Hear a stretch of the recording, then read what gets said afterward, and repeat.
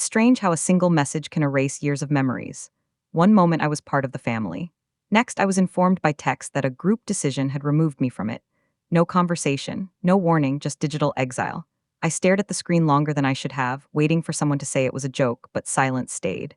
Then I noticed the tiny reaction beneath the message, a like from the one who'd married into the family. That hurt more than the words themselves. I didn't argue, I didn't plead. I simply replied that I would stop every bill I'd been quietly paying.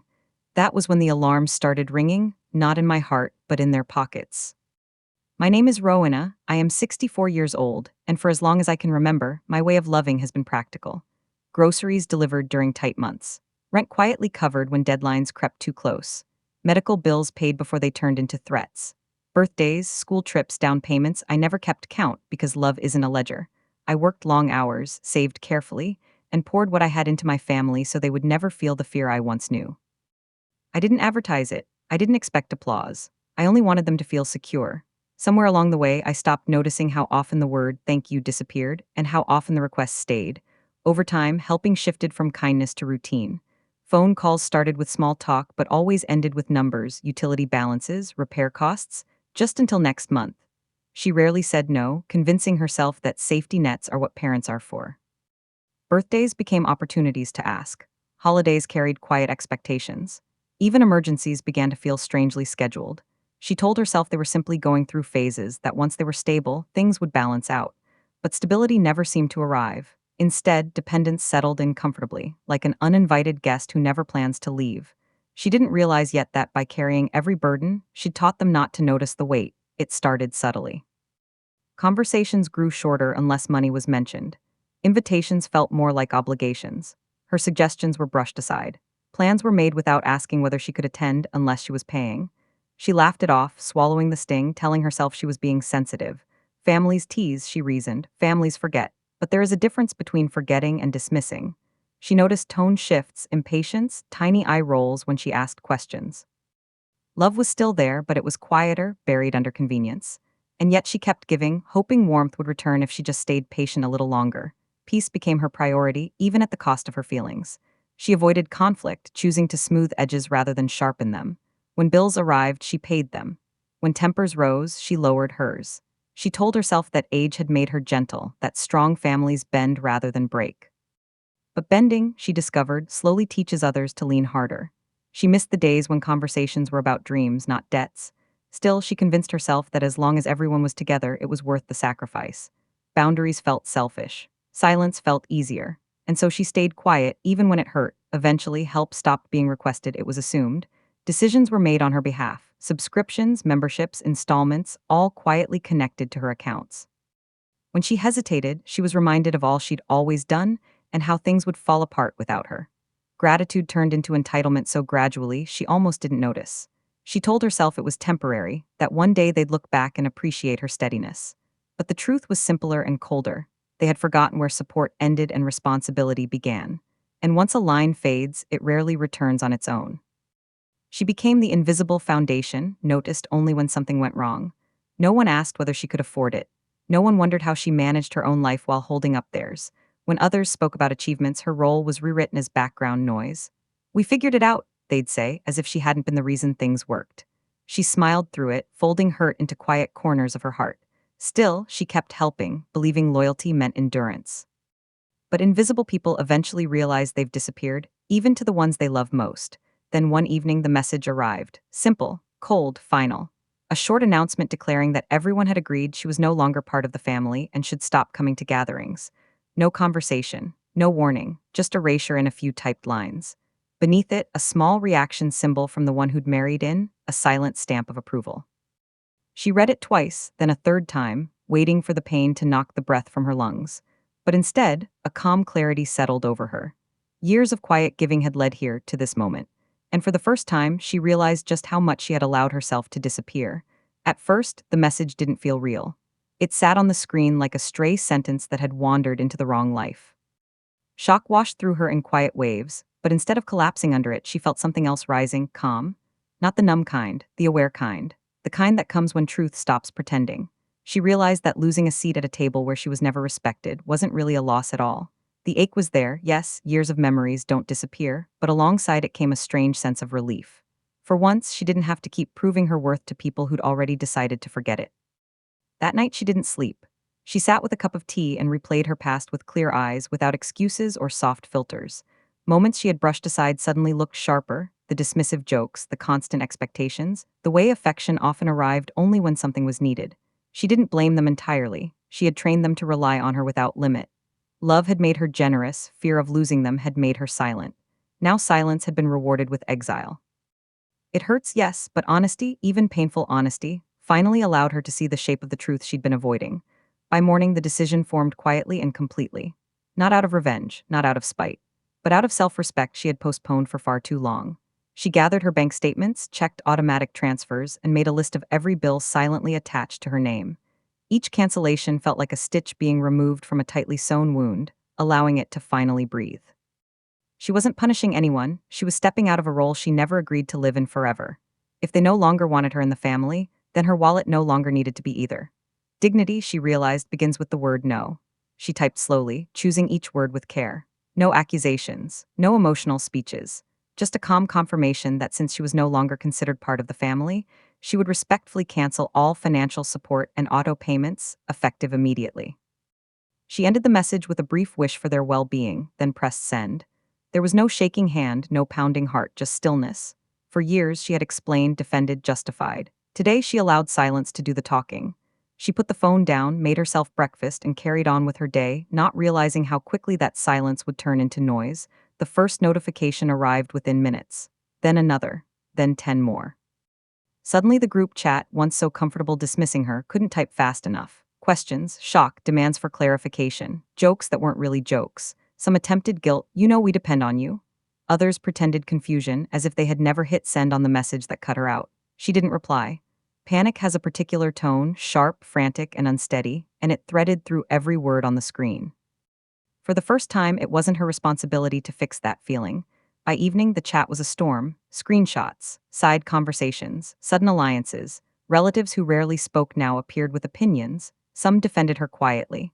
Others demanded she be reasonable, forgetting that reason had always been her language. What struck her most wasn't anger, it was fear. Not of losing her, but of losing what she provided. She watched the chaos unfold from a distance, sadness touching the edges of her calm. When love depends on a bank balance, messages become far more urgent than apologies. And now the urgency was deafening. Her phone began lighting up like a warning beacon, call after call after call. Voicemails filled with trembling explanations, rewrites of history, claims that the message was a misunderstanding or a joke that went too far. Some tried to soften her with nostalgia. Others tried pressure. A few even tried anger when persuasion failed. She listened to none of it, not out of coldness but protection. For the first time in years, she wasn't reacting. She was choosing. Boundaries don't shout, they simply stand. And now hers finally had. By the next morning, the tone had shifted completely. The same people who'd voted her out now insisted they'd been misunderstood. Screenshots were deleted. Messages were edited. New versions of the story appeared, versions where no one meant any harm and everything was taken out of context. Plans were suddenly made to visit her, to clear the air, as if the words hadn't already done their damage. She watched the frantic backpedaling quietly. It wasn't reconciliation they wanted, it was restoration of benefits. When the flow of support stopped, affection tried to rush back in. But now she could finally see the difference between affection and access. The apologies that followed came wrapped in conditions. You know how people exaggerate. You're too sensitive. It was just a joke. Each sentence twisted the knife a little more. Responsibility was carefully shuffled around like cards, always landing somewhere else. Some blamed stress. Others blamed miscommunication. No one blamed themselves. She let them speak, knowing silence often exposes the truth better than arguments ever could. If the love had been real, it wouldn't have disappeared long enough to vote her out. Now that the consequences were real, suddenly she mattered again, or rather, what she provided did. When she did respond, her words were gentle, but clear in a way they had never been before. She explained that support had always been given from love, not obligation, but love is not a contract, nor is it a wallet.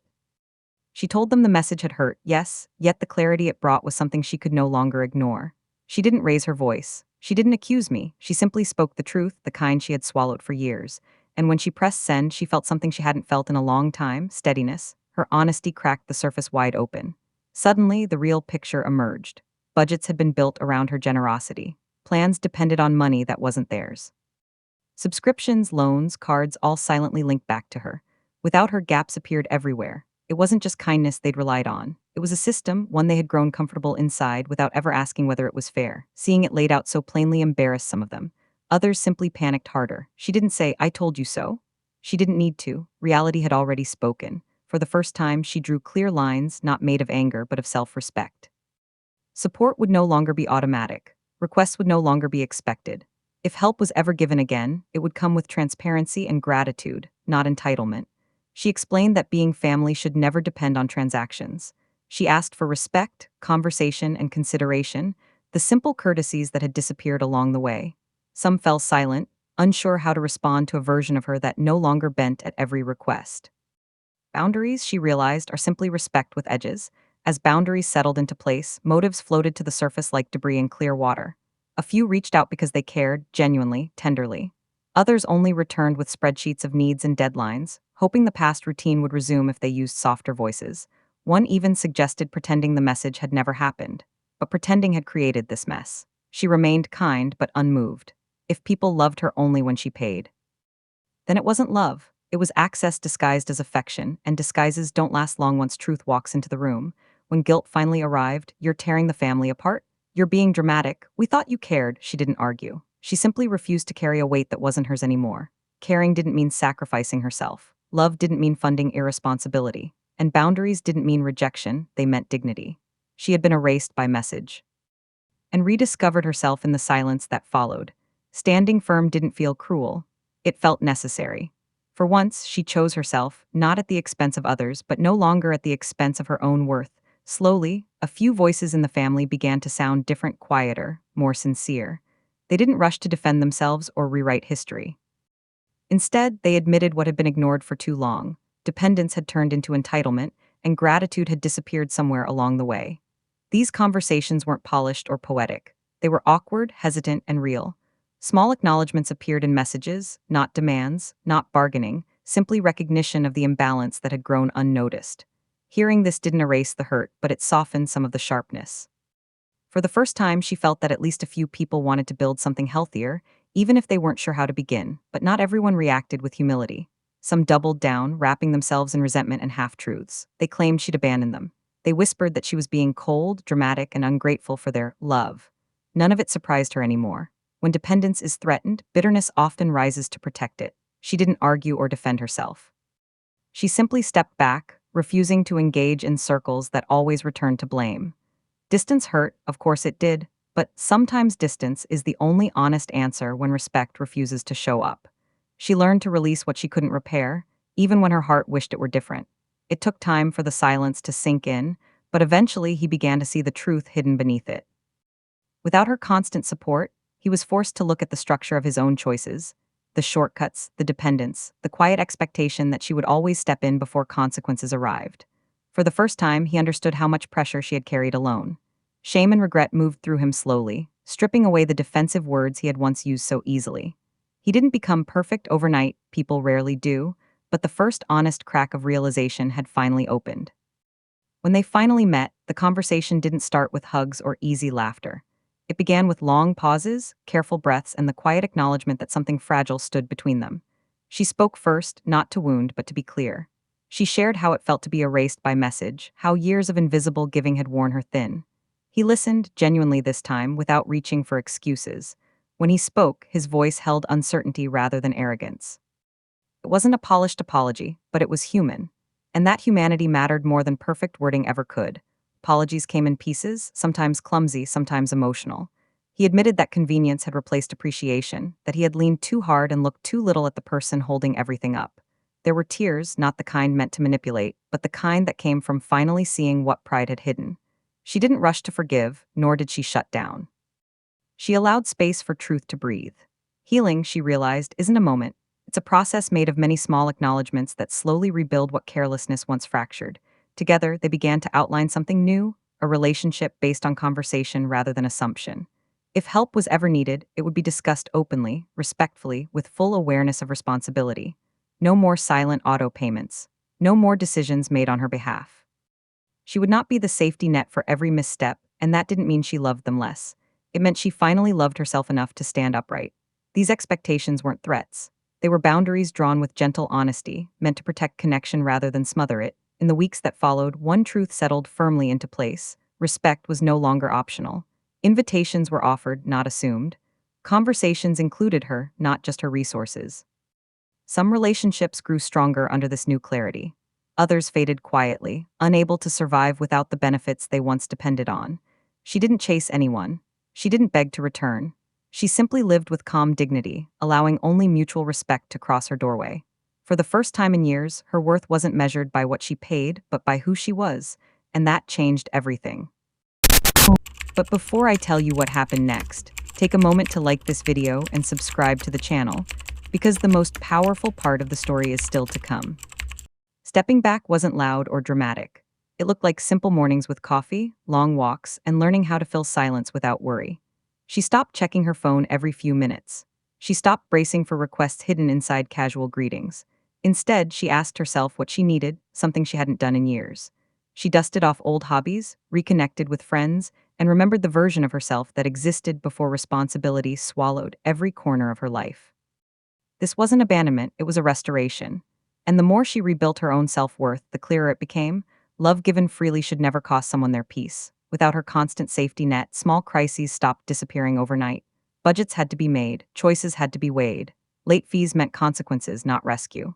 At first there were complaints, frustration, even anger. But slowly, competence began to grow where dependence once lived. Jobs were taken more seriously.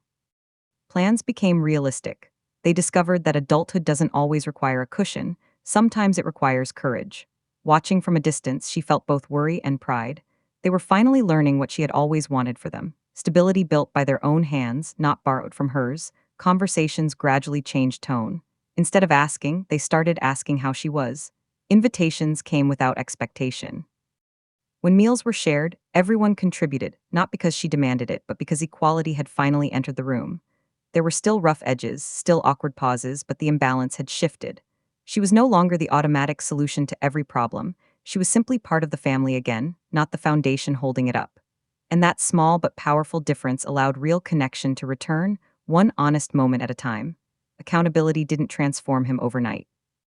It arrived in steady, uncomfortable steps. He began tracking his expenses, learning the value of deadlines, apologizing without hiding behind excuses. He checked in not to ask, but to listen. Sometimes he stumbled back into old habits, and she gently reminded him of the line now in place. Other times, he surprised her with thoughtful gestures she never expected. Growth, she realized, isn't loud. It's a quiet responsibility repeated day after day, a soft but meaningful shift from "fix this for me" to "I'll handle it." Her days no longer revolved around solving everyone else's emergencies. She discovered the quiet joy of choosing rest without guilt. Bills were paid, but only her own. She helped when it felt right, not when fear pressured her. And every time she honored her boundaries, peace settled a little deeper into her life. She didn't resent what she'd given in the past. She simply stopped believing that love required exhaustion. Peace, she learned, is not selfish, it is necessary. She refused to live inside old pain. Instead, she treated it like a book she had finished reading, valuable, instructive, but no longer controlling the present. Memories returned without bitterness. She could talk about them without sharp edges in her voice. The message that once broke her now served as a reminder of the moment she finally chose herself. She didn't erase the past, she outgrew it. Life didn't become perfect, it became balanced. She walked forward with steadier steps, surrounded by relationships built on respect rather than dependence. Her worth no longer lived inside a bank account. It lived in her boundaries, her kindness, her quiet strength. And though the journey had been painful, it led her somewhere beautiful, a future where she could love freely without losing herself in the process.